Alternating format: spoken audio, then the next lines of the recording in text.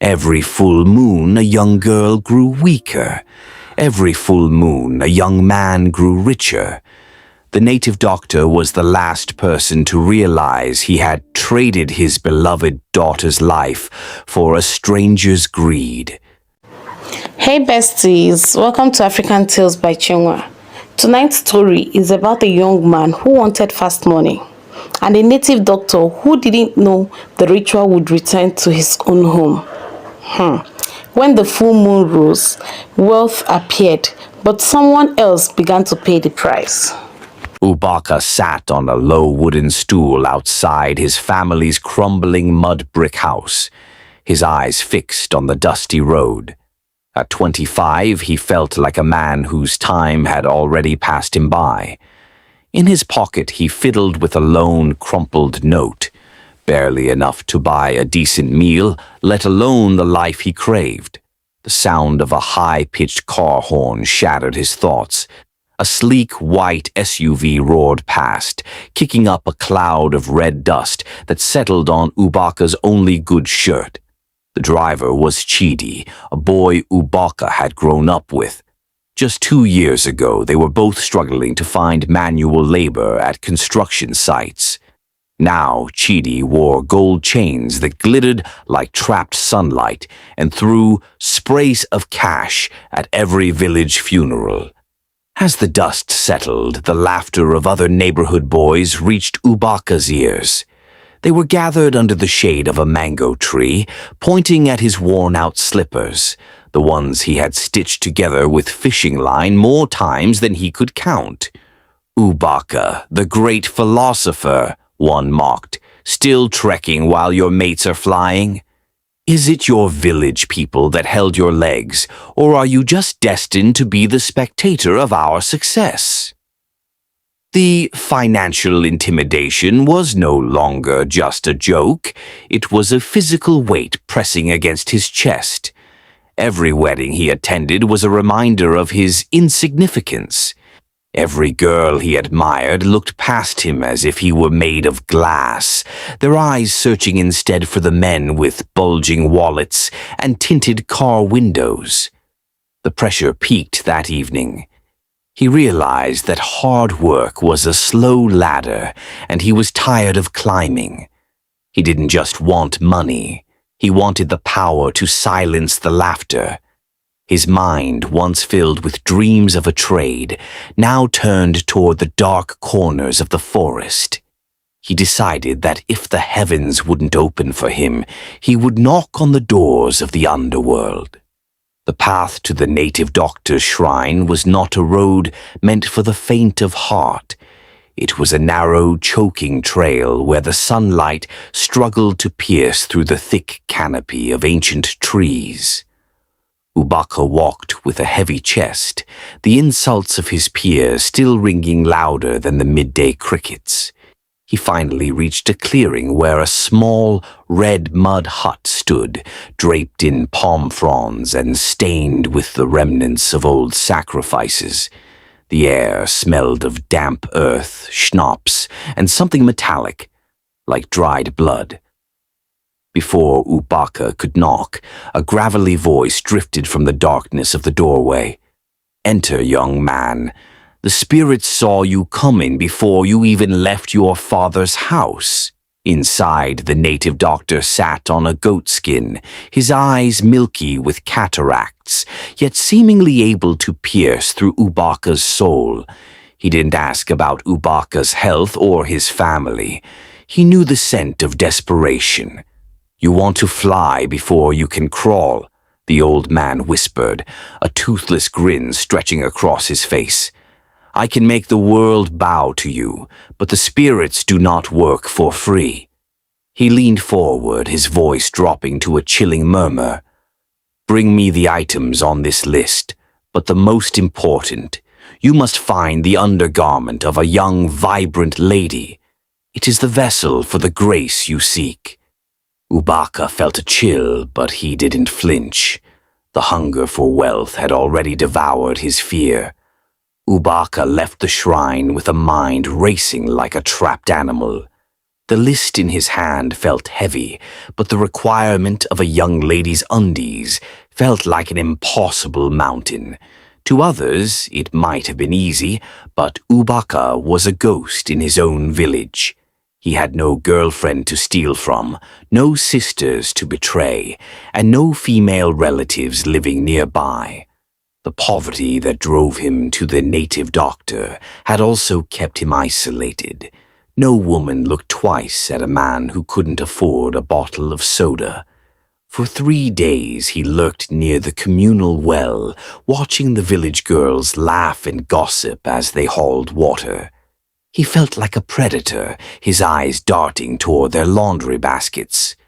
But the shame, and the fear of being caught as a pervert, held him back. He tried to strike up a conversation with Ada, a girl he had once crushed on, but she dismissed him with a flick of her wrist. "Ubaka, go and find work," she snapped. "Empty pockets don't make for good conversation." The sting of her words fused with the ticking clock of the ritual. Desperation began to override his conscience. He realized he couldn't get the item through love or stealth in the village. He was a man with all the ingredients for a feast, but no fire to cook it. With his head bowed in frustration, he decided there was only one option left. He would return to the native doctor and offer to buy the final piece. The sun was already high when Ubaka arrived at native doctor's compound. His bag hung heavily on his shoulder, filled with every ritual item except the one that troubled him the most. As he walked toward the entrance, he rehearsed what he would say in his head. "Great one," he would say, "take my last savings and find this item for me. I am a man without a sister or a lover." But just as he entered the gate, something caught his attention. A clothesline stretched from one wooden pole to another by the entrance of the compound.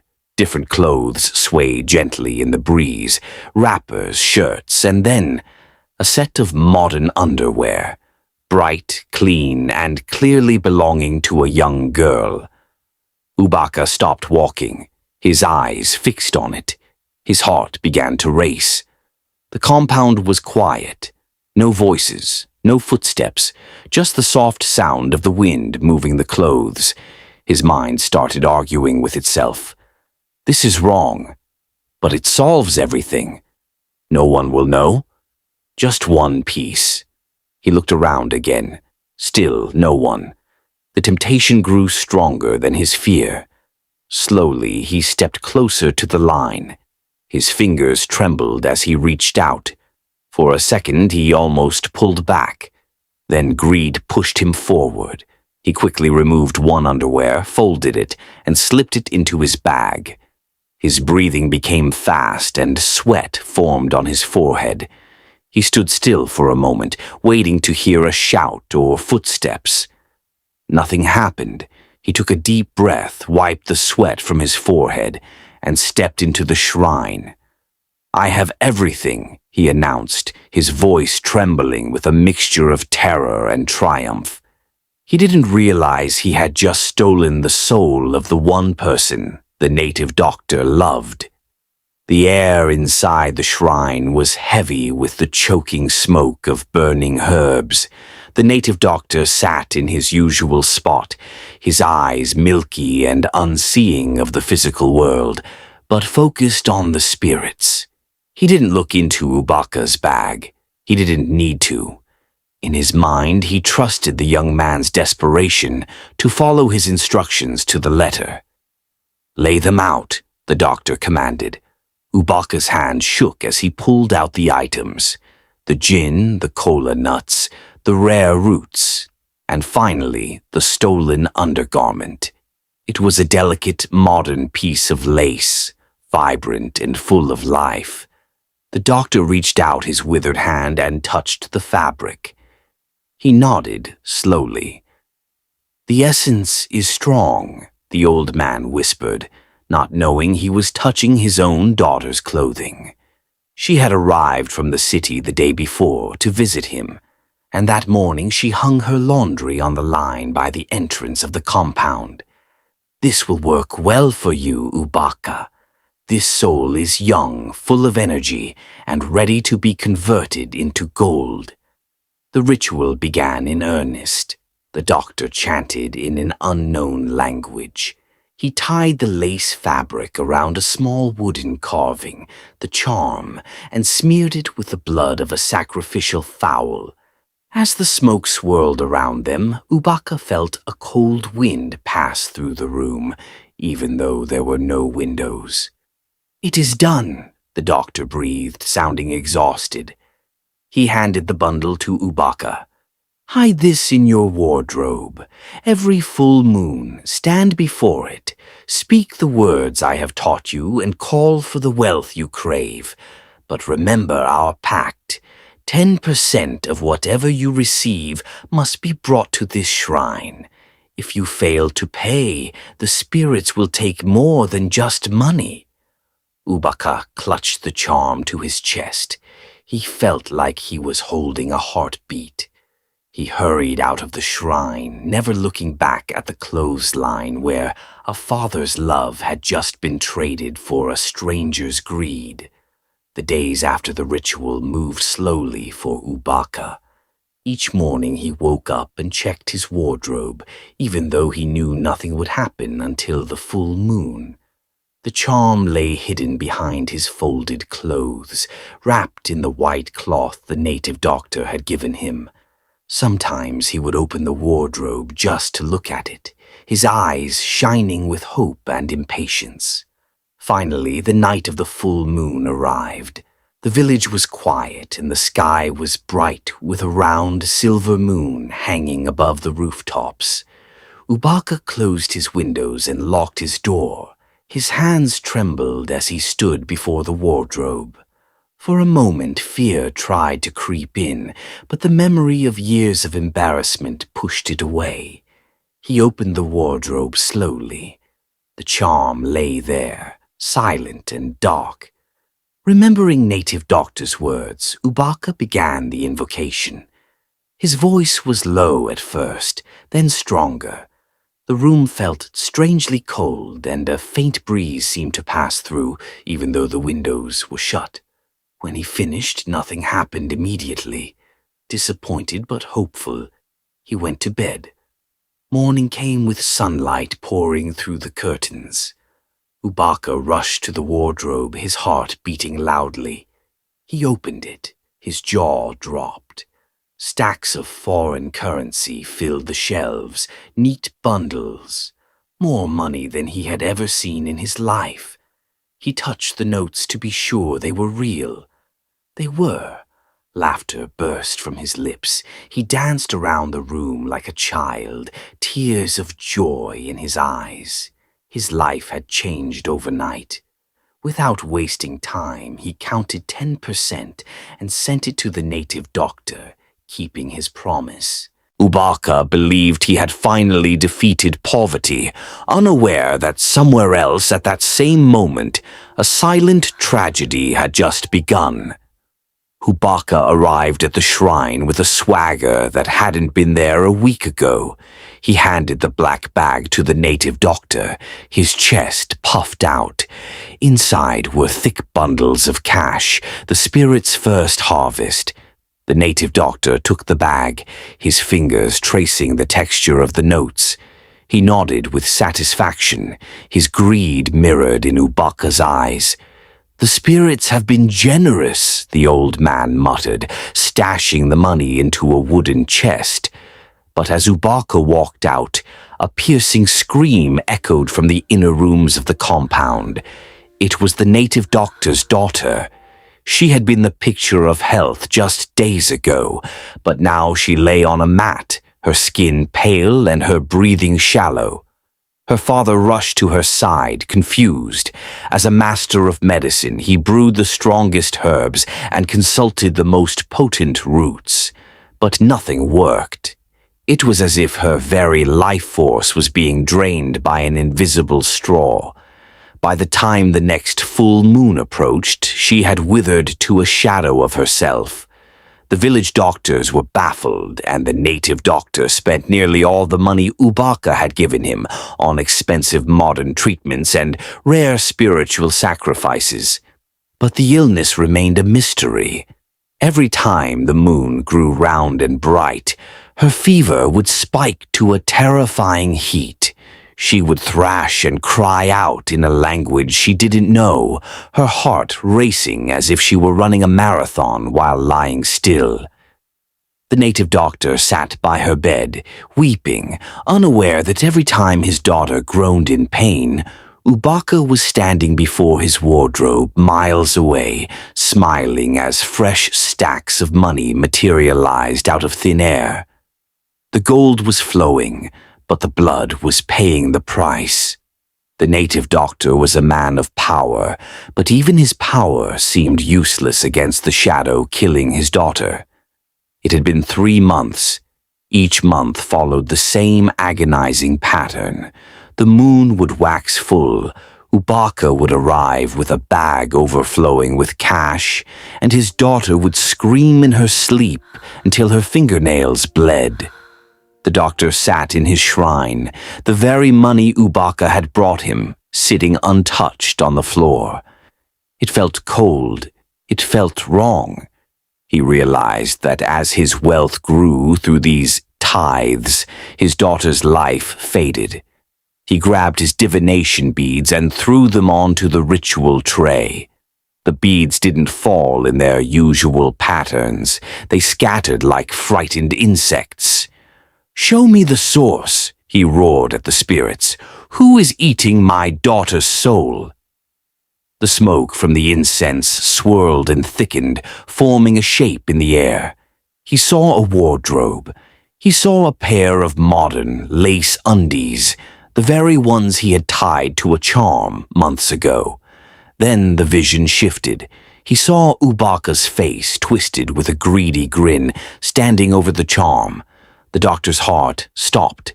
The vessel he had used for Ubaka's ritual wasn't a random item. It was the garment he had seen his daughter hanging on the line the day she arrived from the city. He had used his own flesh and blood to fuel a stranger's greed. Rage, hotter than any ritual fire, consumed him. He didn't wait for the next full moon. He immediately sent for Ubaka. Ubaka arrived looking confident and well-dressed, the complete opposite of the desperate young man who first visited the shrine.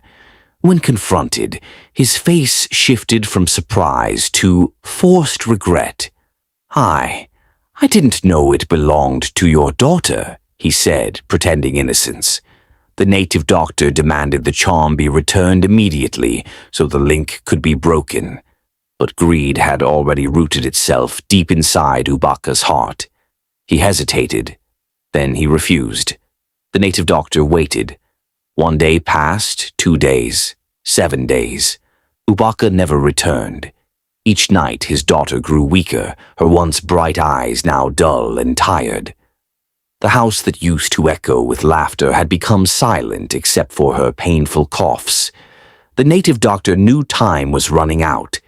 If the next full moon came and Ubaka performed the invocation again, his daughter might not survive it. He had 2 choices, beg Ubaka or stop him. On the 7th night he entered his shrine with a heart heavy but determined. He lit the sacred fire and called upon the spirits he had served for decades. The flames rose higher than usual, as if responding to his desperation. "If greed will not release him," the native doctor whispered, "then madness will." Far away in his newly furnished room, Ubaka admired himself in the mirror. He had bought expensive clothes, a gold chain, and a new phone. He felt untouchable. Wealth had changed how people greeted him. The same friends who once mocked him now respected him. Then the full moon appeared. Ubaka walked to his wardrobe with confidence. He opened it and reached for the charm. But before he could speak the invocation, a sharp pain shot through his head. He staggered backward. The room spun. Voices filled his ears, loud, angry, endless. He screamed. At dawn, neighbors found him wandering the streets barefoot, laughing at shadows and talking to invisible figures. His mind was gone. The charm lay useless in his wardrobe, silent and powerless. That same morning, the native doctor's daughter opened her eyes, feeling light and free. The illness had vanished like mist under sunlight. Ubaka had gained wealth for a moment, but lost the one thing money could never buy, his sanity. And under the quiet full moon, the village learned a chilling truth. Some shortcuts lead only to darkness. The story of Ubaka teaches us that patience is a protective shield. When we allow peer pressure and financial intimidation to drive our decisions, we stop being the masters of our own lives. Karma is a circle. What you steal to build your mansion might be the very thing that pulls the roof down on your head. Ubaka thought he was stealing from a stranger, not realizing he was destroying the only person his benefactor loved. Greed blinds the soul.